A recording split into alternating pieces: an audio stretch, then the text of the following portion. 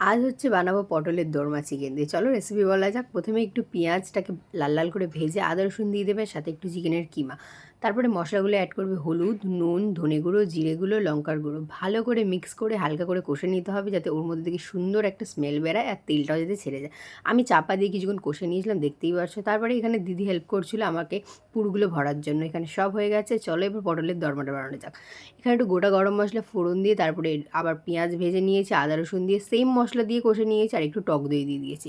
আর তোমরা যেরকম ঝোল পছন্দ করো সেরকম এক্ষুনি ঝোলের সাথে ফোনটাও যাচ্ছিল একটু বুক করে ফোটার জন্য। যদি সেদ্ধ হতো। আমাকে বলা হয়েছিল ট্রায়াঙ্গেল শেপ করতে, আমি এরকম করে দিয়েছি। তোমরাই বলো তো এটা ত্রিকোণ পরোটা হয়েছে।